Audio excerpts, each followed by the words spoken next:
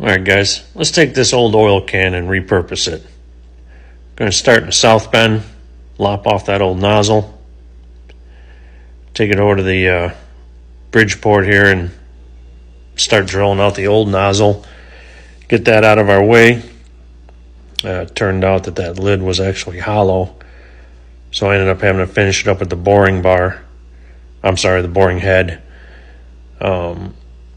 There you see we got the boring head there, got it opened up quite a bit. And the reason I opened it up is because there's a brass bushing that I had laying around that I thought I'd throw in there and, I don't know, make it look kind of cool and add some rigidity to that lid. There it is, pressed in the lid, nice tight fit, didn't come out too bad. That'll end up getting Loctited in there. So yeah, that's what we did with that. That bushing had a little shoulder on the inside of it, so we just chucked it up in the old south bend there and knocked that shoulder off so that I could get the aluminum round stock to slide through there. So this was pretty effortless.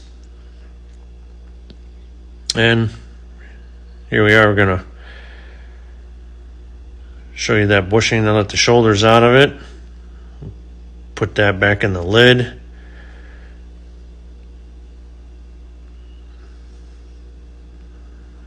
Get her squeezed down in there. I machined it nice and tight, so that was the whole idea. And that'll be our stem where our brush is going to go. Them two black marks, I was just kind of eyeballing it, roughing it out where I thought the height might be. Set the brush up next to it, and that seemed like where it would be. So I was just kind of gathering my thoughts there for a minute. Got her in the bandsaw now, lopping it off, getting it to length. And we'll take her over to the chucker lathe and let the chucker get a little camera time here, and we'll face off both ends, make them nice and smooth. And after we do that, we will take it on over to the Bridgeport, and we're going to mill a slot in there, and that's what's going to let the oil in. Here we are at the Bridgeport now, just starting to come into that round stock to mill a slot in there. And this will end up going all the way through, all the way across the shaft. So once it's in the bottom of the pot or the can per se, it'll let oil in from the sides. We're just coming halfway across now and just breaking through.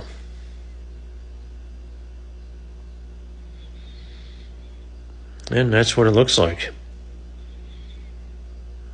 Milled all the way across. And what will happen is we'll set that in there just like that. That's going to be in the bottom of the can. And the oil will just weep in from the sides. And we'll end up drilling this out right here on the closing lathe. We'll bore that out to accommodate the brush. I didn't knock the burrs off here, so it didn't really go in too well yet at this point, but that's what it's going to look like. We'll push it down in there, and oil will come in from the sides, and we'll flare that top end, and that'll be where the brush goes in at. So we'll take it over to the closing lathe next. Here it is, got it chucked up in the closing lathe, got the pilot hole started in it, and I brought it over here because that's the biggest lathe out of the three that I have, and knowing that I had to take some material out of there was no sense beating up the other two machines, so we'll let the closing do what it does best. And here we are starting to drill out. Got some beautiful chips flowing there. It's exactly what we're looking for. Closing makes it look easy. Coming in with a chamfering tool here. Now take notice how fast that chuck is spinning. Totally my fault. That was not good on my part. I was getting some serious chatter there. But I rectify it later on down the road here. You'll see I ended up chucking it up in the south bend and slowing it way down and smoothing it out. But you'll see the chatter marks if you look closely in the next pictures.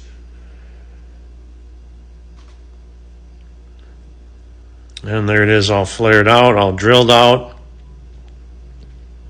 Nice, easy working to get the brush in there. Makes it just fall right in there. You probably can't see them chatter marks too well right there, but they're there if you look closely. There you can just kind of barely see them. But yeah, that little flaring tool is a nice piece. I gotta give a shout out to my buddy Brian, ArcStar76, for turning me on to them things. So here we are, kind of got it all dry fitted together. Brush goes in easy peasy, no fuss, no mess, nothing. You kind of get the idea where we're going with this thing now. There's the pieces all painted up. Didn't come out too bad. So now we're going to throw some oil in this thing and let's knock it over. Let's see what happens. See if the oil stays in there like it's supposed to. That's just regular machining oil there. We got no vent, obviously, so it's going to do a little chug-a-lug there to get down in there. And here we go. You're working at your machine, you get busy and not paying attention, and there you go. Knock it over. No oil. I mean, it's inevitable. We get involved in what we're doing. We're not paying attention. You move your arm the wrong way and you knock it over. And, you know, had this been a lid or a little cup or a little bowl, you'd have a mess going. This gives you a little more time. You know, you let it sit there, yeah, you'll get something out of it, but it definitely helps the situation. So there's them chatter marks. You got a good look at them now. It would have been okay, but we're aiming for perfection here. Look how much slower the chuck is spinning on the south bend right here. That's where it should have been. So we just come in and look at there. Clean it up nice, mirror finish. Just set it by a couple of the machines. See how I like that vintage look, and came out well.